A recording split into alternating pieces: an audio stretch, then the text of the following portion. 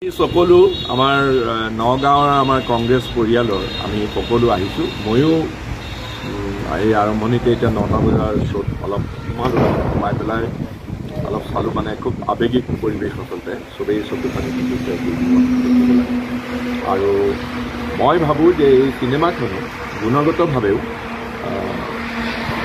আমাৰ দৰ্শকসকলে গোটেই গুণগতভাৱে আৱেগিক দিশটোতো আছেই, গুণগতভাৱেও খুব ভালকৈ আদৰি ল'ব। এইখন চিনেমা এনেও হিট হ'ব। জুবিন গাৰ্গটো আমাৰ মাজত নোহোৱা হোৱাটো আমাৰ কাৰণে সঁচা কথা, আমি চবেই দিশহাৰা হৈ গৈছিলোঁ।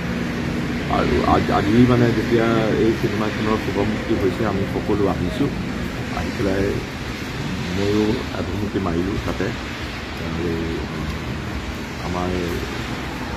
মই দেখিছোঁ যে আমি জুবিন গাৰ্গৰ যিটো প্ৰভাৱ আমাৰ মানত অসমীয়া জনজীৱনত, সেইটো এটা অভূতপূৰ্ব।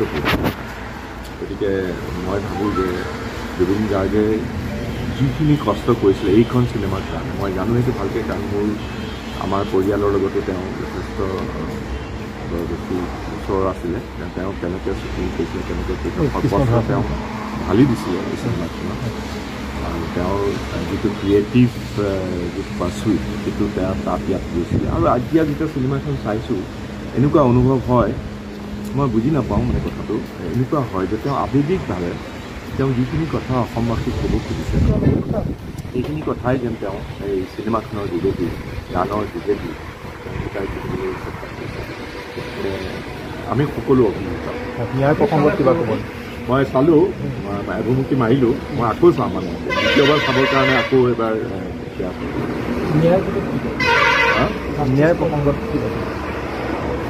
আমাৰ সন্দেহ হয় যে যিসকলক মানুহে ভাবিছে, যিসকলক ধৰক পুলিচেও এৰেষ্ট কৰিছে, কিন্তু সেইসকলক যেন ৰক্ষণাবেক্ষণ দিবৰ কাৰণে যেন চৰকাৰে উঠি পৰি লাগিছে, তেনেকুৱা যেন ভাৱ হয়। গতিকে মানুহে বৰ সতৰ্ক দৃষ্টিৰে গোটেই বিষয়টোৰ ওপৰত চকু দিছে। মই ভাবোঁ যে চৰকাৰে যিটো ওলটাখৰ মাৰিছে, ন্যায়টো চৰকাৰেহে দিব লাগিব। SIT কৰিছে তেওঁলোকে গোটেই বস্তু ল'ব। আৰু এনেকুৱা ধৰণৰ ওলটাখৰ মাৰিলে বেছি, মানে এটা কথা আছে ন, অতি চালাকে গলাই দৌৰি বুলি, মানে এটা বাঙালীত কথা এটা আছে। ইমান বেছি চালাকি কৰিছে গোটেই বিষয়টো লৈ, সেইটো উচিত নহয়। কাৰণ জুবিন গাৰ্গে সকলোৰে হৃদয় স্পৰ্শ কৰা এজন ব্যক্তি, তেওঁ যাতে ন্যায় পায় আমি সকলোৱে বিচাৰিছোঁ। আৰু ইয়াত কোনো ৰাজনীতি কৰাটো উচিত নহয়, আমিও ৰাজনীতি কৰা নাই। SIT প্ৰতিবেদনৰ পাছতে সমগ্ৰ এই ঘটনা আহে আচম্বিত কৰিব বুলি কৈছে সকলোকে। ভাল কথা। সেই ক্ষেত্ৰতো তেওঁ গৌৰৱ গগৈৰ ক্ষেত্ৰতো কৈছিলে, একেবাৰে 4 মাহ 5 মাহ ধৰি পেলাই গৌৰৱ গগৈৰ বিষয়ে অনবৰতে তেওঁ কৈ থাকে। SITয়ে কি কৰিব সেইটো আমি নাজানো। আচম্বিত, মুঠতে ন্যায় পাব লাগে।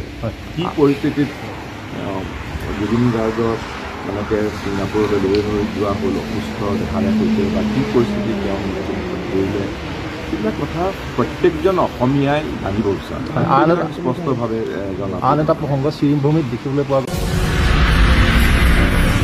কম সময়ত বিতং খবৰ চাই থাকক দ্য নিউজ চ'ৰ্চ।